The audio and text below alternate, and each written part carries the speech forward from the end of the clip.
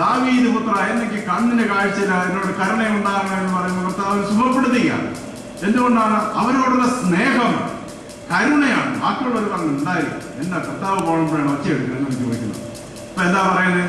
കർത്താവിന്റെ അടുക്കൽ ചെന്ന് ആ നിലവിളിയുടെ ശബ്ദം കർത്താവിന്റെ ഹൃദയത്തിലും ചെവിയിലും വളരെ ശക്തമായിട്ട് പതിക്കുന്നുണ്ട്. അപ്പൊ അത് കേട്ട് കഴിഞ്ഞാൽ യേശുവിന് അടങ്ങി ഒതുങ്ങിയിരിക്കാൻ സാധിക്കുക. ഉടനെ അതിന്റെ വീണ്ടെടുപ്പിന്റെ പ്രക്രിയ യേശു ഏർപ്പെടുന്നതായിട്ട് കാണുന്നു.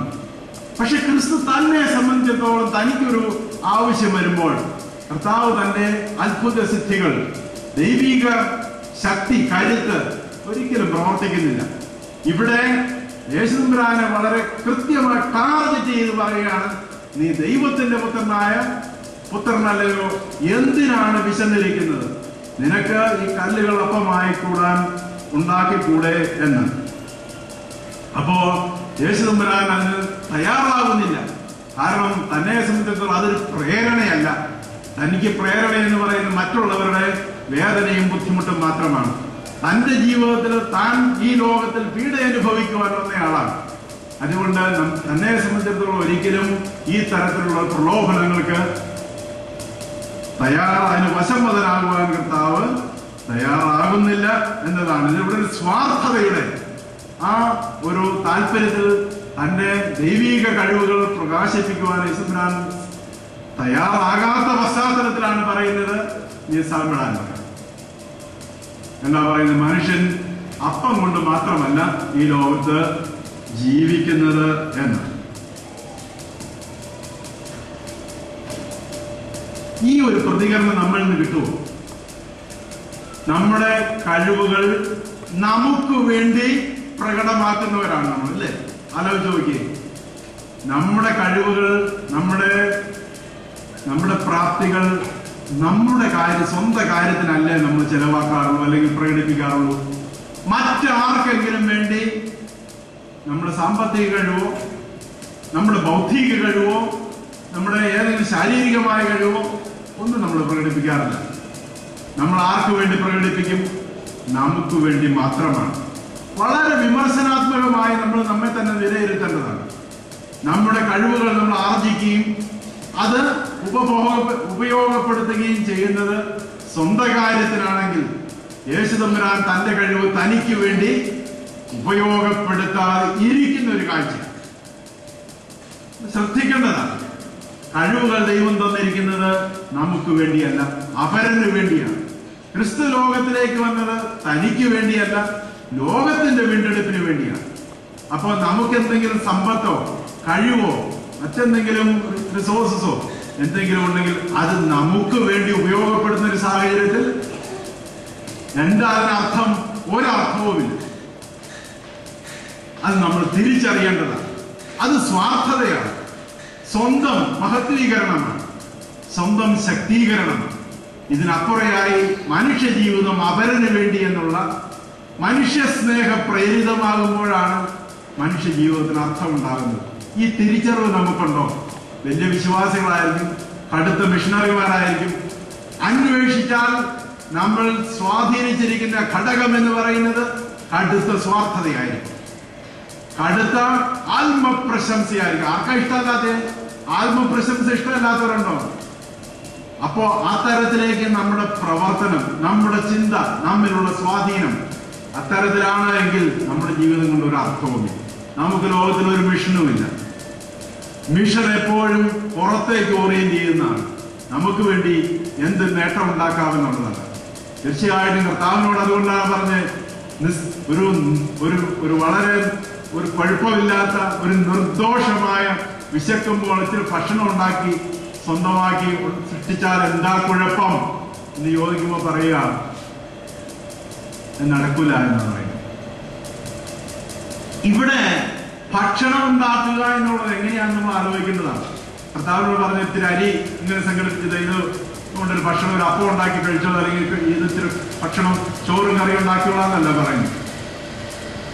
വഴിവിട്ടുള്ള രീതിയിലാണ്, വളരെ അസ്വാഭാവികമായ രീതിയിലുള്ള ഒരു പ്രവർത്തനമാണ് അവിടെ യേശുദമ്പുരാനെ കൊണ്ട് പ്രവർത്തിപ്പിക്കുവാനായിട്ട് ശ്രമിക്കുന്നത്. തനിക്ക് വേണ്ടി സ്വാഭാവികമല്ലാത്തൊരു വഴിയിലൂടെ തന്റെ ആവശ്യങ്ങൾ നിർവഹിക്കുവാനുള്ള വഴിക്ക് വേണ്ടിയിട്ടുള്ള പ്രേരണയാണ് യഥാർത്ഥത്തിൽ ഇവിടെ പിശാച് നടത്തുന്നത്. അപ്പോഴാണ് യേശുബ്രാൻ പറയുന്നത്, മനുഷ്യൻ അപ്പം കൊണ്ട് മാത്രമല്ലല്ലോ ജീവിക്കുന്നത്, ദൈവത്തിന്റെ വചനം കൊണ്ടുകൂടിയല്ലേ. എന്തുമാത്രം ശ്രദ്ധിക്കേണ്ട ഒരു വാക്യമാണ്, എന്തുമാത്രം നമ്മളെ സ്വാധീനിക്കേണ്ട ഒരു വാക്യമാണ്. എന്തിനാ ജീവിക്കുന്നത്? ആലോചിച്ച് നോക്ക്. ഈ ഭൗതിക സാഹചര്യങ്ങൾക്ക് വേണ്ടിയല്ലേ? കണക്ക് കൂട്ടുന്നത് മുഴുവൻ എങ്ങനെ പണം ഉണ്ടാക്കാമെന്നല്ലേ? അധികാര സ്ഥലങ്ങളിൽ എങ്ങനെ എത്താമെന്നല്ലേ? സുഖ സൗകര്യങ്ങൾ എങ്ങനെ വർദ്ധിപ്പിക്കാമെന്നല്ലേ? ഇതെല്ലാം കിട്ടുമ്പോൾ അത് ദൈവത്തിന്റെ കരുണയാണെന്നല്ലേ നമ്മൾ പറയുന്നത്? ദൈവത്തിന്റെ ആഗ്രഹം നമ്മുടെ സുഖഭോഗങ്ങൾ വർദ്ധിപ്പിക്കുകയാണോ? അതാണോ ദൈവത്തിന്റെ കൃപയും അനുഗ്രഹവും? ആലോചിച്ച് നോക്കാം. നമ്മളെല്ലാം ചിന്തിക്കുന്ന ഇതാണ്, നമ്മുടെ ജീവിതത്തിൽ എങ്ങനെ ഭൗതികമായ നേട്ടങ്ങൾ, ജീവിത സാഹചര്യങ്ങൾ ഉണ്ടാക്കാം, എങ്ങനെ ഭക്ഷണം വർദ്ധിപ്പിക്കാം, എങ്ങനെ ഭക്ഷണം രുചികരമാക്കാം, എങ്ങനെ നമ്മുടെ ജീവിത സൗകര്യങ്ങൾ സുഖപ്രദമാക്കാം. ഇതല്ലേ നമ്മൾ എന്തിനാ പള്ളിയിൽ പോണേ? എന്തിനാണ് നോമ്പ് ആചരിക്കുന്നത്? എന്തിനാണ് ഉപവസിക്കുന്നത്?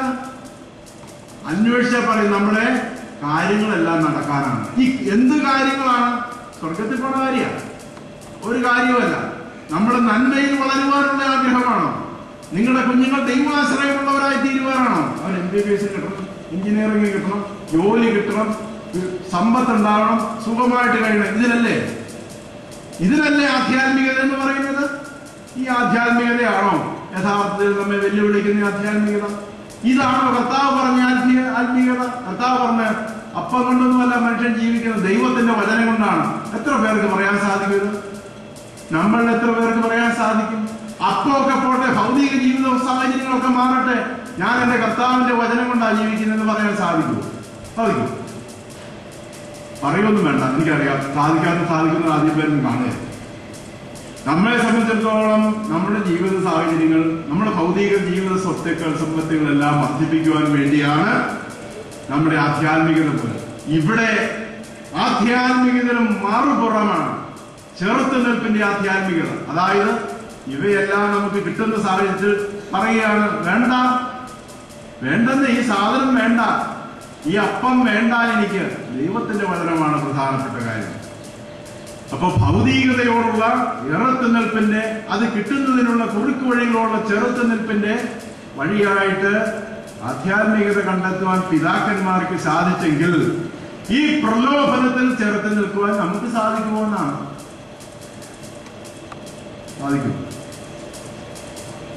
സാധിക്കണമെന്നാണ് കർത്താവ് പറയുന്നത്. നമ്മൾ അപ്പം കൊണ്ട് ജീവിക്കാൻ ശ്രമിക്കുമ്പോൾ അപ്പം ഒരു പ്രതീകം, ഭക്ഷണത്തിന്റെ കാര്യം മാത്രമല്ല, ഭൗതികതയുടെ പ്രതീകമാണ്, മനുഷ്യന്റെ ഭൗതിക ആവശ്യങ്ങളുടെ പ്രതീകമാണ്. എന്താണ് ഭക്ഷണമൊന്നും വേണ്ടെന്ന് ഞാൻ പറഞ്ഞല്ലോ. അവിടെ മെത്രാജ് വന്നിട്ട് അയാൾ പറയുക, എന്താ പറയുന്നത്, ഭക്ഷണമൊന്നും പ്രശ്നമല്ലെന്ന് പറയുന്നത്. 3 ആൾ ഭക്ഷണം കഴിക്കുന്ന ആളാണ്, അന്നേരം നല്ല തടിയൊക്കെ ഉള്ള ആളാണ്. അദ്ദേഹം പറഞ്ഞു ഭക്ഷണമൊന്നും പ്രശ്നമല്ലാന്ന്. ഭക്ഷണം പ്രശ്നമല്ലാന്ന് ഞാൻ പറഞ്ഞില്ല. മനുഷ്യൻ ഭൗതികനാണ്, മനുഷ്യന്റെ ഭൗതികമായ ജീവിത സാഹചര്യങ്ങൾ ആവശ്യമാണ്, ഭക്ഷണം ആവശ്യമാണ്. ഇതൊരു പ്രയോറിറ്റിയുടെ കാര്യമാണ്, ഒരു മുൻഗണനയുടെ കാര്യമാണ്. ഭക്ഷണമൊക്കെ ആവശ്യമാണ്. പക്ഷേ കർത്താവ് പറഞ്ഞ ഈ ഭക്ഷണത്തെക്കാൾ പ്രധാനം ദൈവവചനമാണെന്ന്. ഇവിടെയാണ് നമ്മൾ ശ്രദ്ധിക്കേണ്ടത്. നിങ്ങളുടെ സ്വന്തം ജീവിതത്തിൽ, നിങ്ങളുടെ മക്കളുടെ കാര്യത്തിൽ, നിങ്ങളുടെ സ്വന്തക്കാരുടെ കാര്യത്തിൽ, അടുത്തുള്ളവരുടെ കാര്യത്തിൽ അവർ ദൈവവചനത്തിൽ വളരുന്നത് കണ്ട് സന്തോഷിക്കുവാൻ നമുക്ക് സാധിക്കണം. ദൈവവചനത്തിന് വേണ്ടി പീഡ അനുഭവിക്കുന്നതിൽ സന്തോഷിക്കുവാൻ സാധിക്കണം. ദൈവ താല്പര്യത്തിന് വേണ്ടി ചെറുത്തുനിൽപ്പിന്റെ ശുശ്രൂഷ നടക്കുമ്പോൾ അതിൽ സന്തോഷിക്കുവാൻ സാധിക്കണം. അവിടെയാണ് ഒരു പ്രയോറിറ്റിയുടെ കാര്യം ഞാൻ പറഞ്ഞത്. അത് എന്തുമാത്രം നമ്മെ സംബന്ധിച്ചിടത്തോളം സാധിക്കുമെന്ന് നിങ്ങൾ അന്വേഷിക്കേണ്ടതാണ്. അടുത്തതായിട്ട് യേശുബ്രാൻ, ഞാനിങ്ങനെ ഒത്തിരി മീറ്റ് പ്രസംഗിച്ച പൊന്നലച്ചൻ